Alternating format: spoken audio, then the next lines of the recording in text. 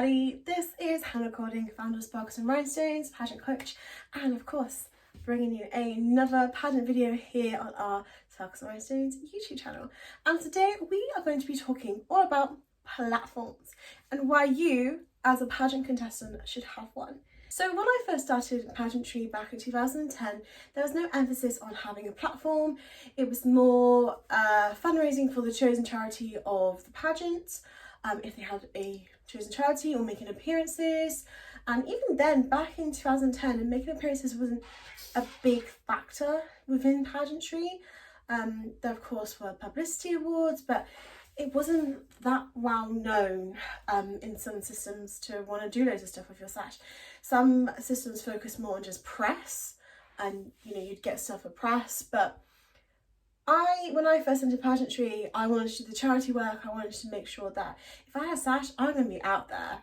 And I did so many. I missed out on the publicity award for Galaxy by like 2 appearances, and I talked to the publicity winner, which I was gutted about, because I love making appearances with my sash, and I did so much that year in Swindon that there was actually an article that said, who was the real Miss Swindon?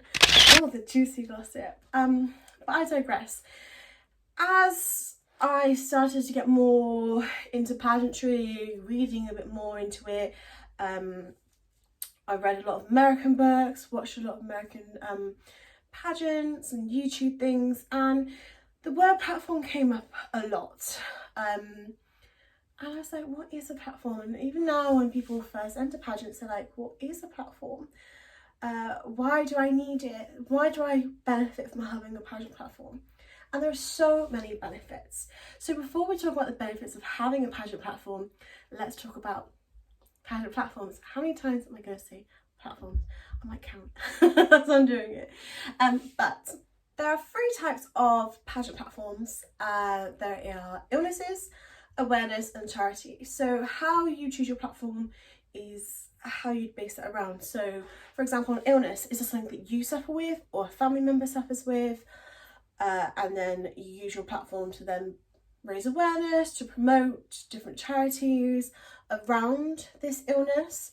There is also, of course, charity. So having a chosen charity is not your platform, but what you are fundraising for that charity, or it could just be volunteering, charity work, that sort of thing, getting involved in your community. That is where that lies. And then of course awareness. You raise awareness with your platform anyway, but awareness such as racism, gender inequality, people who are transphobic, homophobic, it could be about period poverty, different rights, human rights, animal rights, so many things is an awareness. So you use your platform to then raise awareness and campaigns and all the sorts of things like that.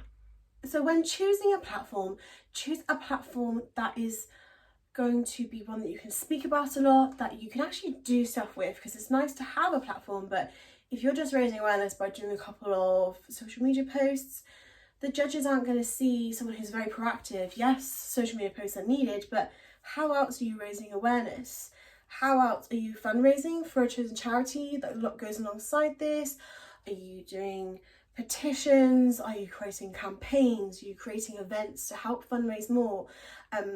Simulations to just show like how bad some of these things are. There are so many ways that you can raise awareness, and if you have a platform that you're not really pushing or not passionate about, then change it. You have to have a platform that's passionate to yourself. But sometimes with that, you might have a cause, like for example, if you have an illness or something really tragic happens to you and you want to raise awareness for that, but when it comes to talking about it, you get really emotional. And for someone who detaches themselves from some of the situations that she's been in, so I can tell a story and say what happened to me without getting emotional, that's a mechanism that I don't recommend for anyone. Therapy will sort that out.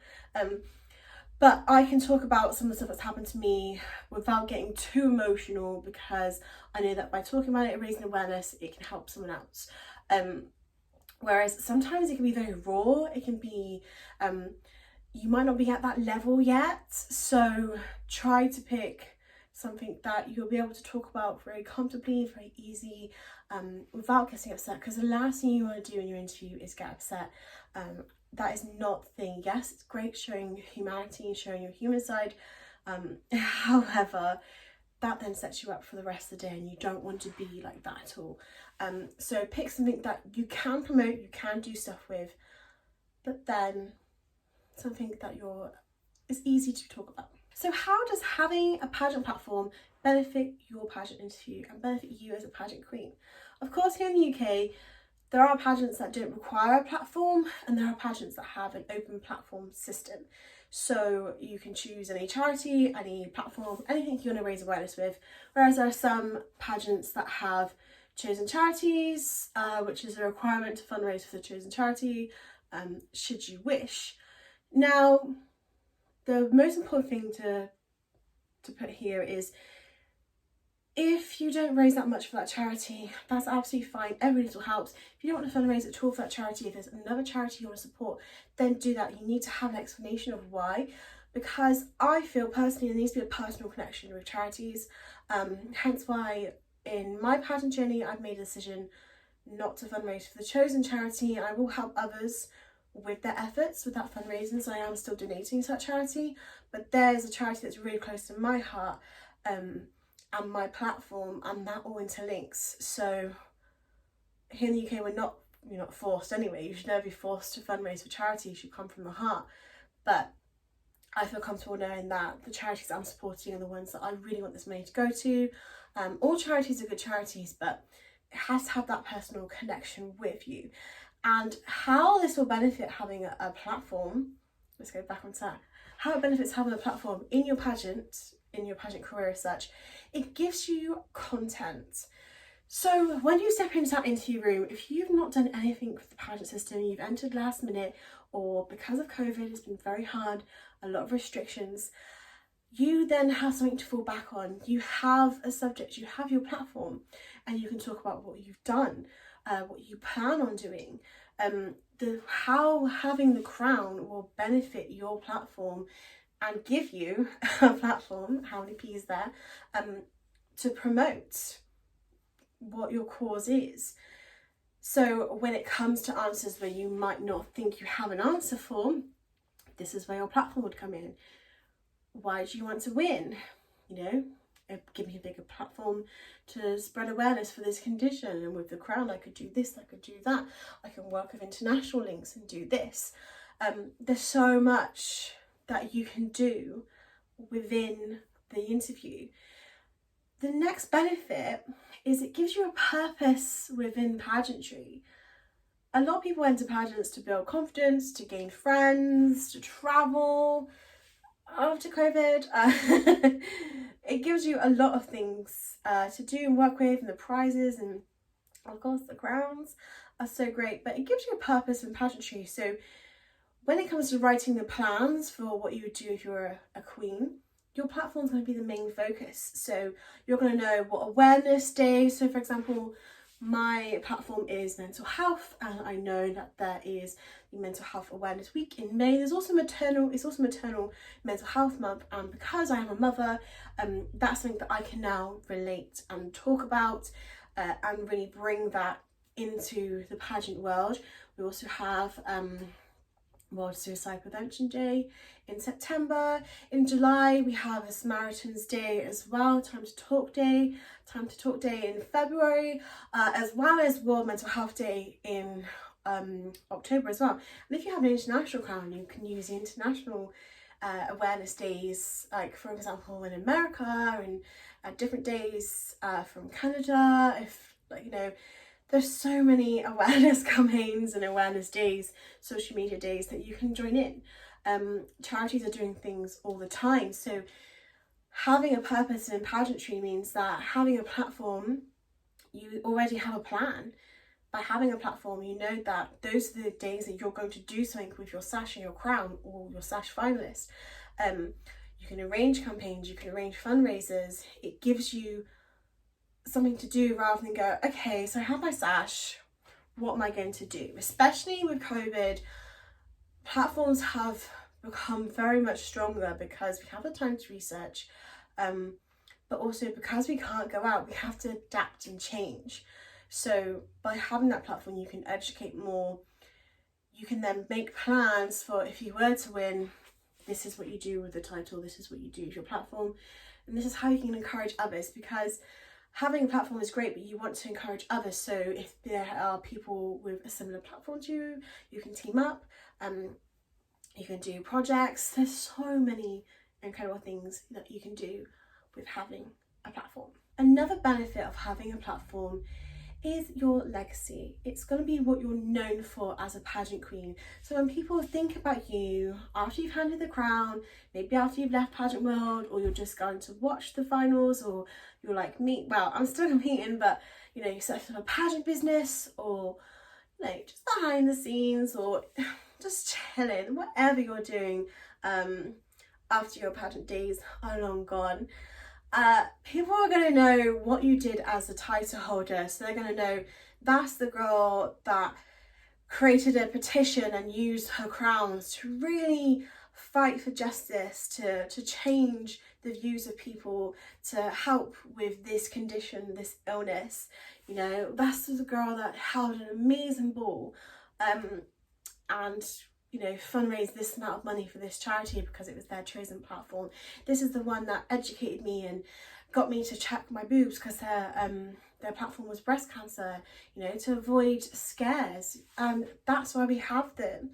So not only leaving a legacy, but it's to help and educate others as well. The amount of symptoms that people miss from different conditions, the amount of symptoms that they miss, or they feel at home because you've had a similar experience. So talking about domestic violence, for example, there are lots of other things that aren't just physical, and through campaigns about talking about gaslighting and narcissistic tendencies and manipulation, people see these, hear about the experiences and think, oh my goodness, I've been through that too, and they feel, it's hard to say, they feel a little bit better because they know it's not just them. And it's not them that's made that in their head think, oh, you know, it was my fault. And obviously there's a lot that happens with victim blaming. But they now can feel a little bit of comfort knowing that other people have gone through it. They're using their title to talk about it, to bring it to light, to make these things non-taboo. And yeah, having that legacy after you finish, that is what having a platform is all about. Lastly, another benefit of having a pageant platform is because you are speaking about it, you're well known for this, there are a lot of charities that may choose you to be an ambassador. They may ask you to attend events. They may ask you to do lots of different things. I am a patron of a charity called the Bunny Bear Club. I've got to go to lots of different events with them and help them out, all through the stuff that I do for charity. And they found me through a local campaign that I was doing through the paper, and that's how they found me. They helped me with the total. We were collecting bears, and we got like 500 in a week. That's incredible. And that's the power of, if you're promoting yourself, promoting your title, promoting your platform and your passions. And then they invited me to be a patron of the charity, which of course I accepted. And that's what can happen with you. If you really want to make a difference with your platform and make a difference with what you are doing, you could be volunteering at the local place, you could be an ambassador, you could be a patron. There's so many things that you can be, and that leads to more exciting things. And whether it is just charity based, but you know, you could be invited to really swanky VIP, like to get to wear your crown, your sash, and you know, meet celebrities, things like that. Or on the flip side, you can actually be invited to go in and help, to do talks, to make a difference. Like, there's so many flip sides, so many benefits of having that platform. And working with different charities, because if that's, a lot of people, when they have a platform, they have a charity in mind that they want to help, and you know, through the work that you do, people are going to notice if you're talking about it a lot and raising funds and doing all you can to promote your platform.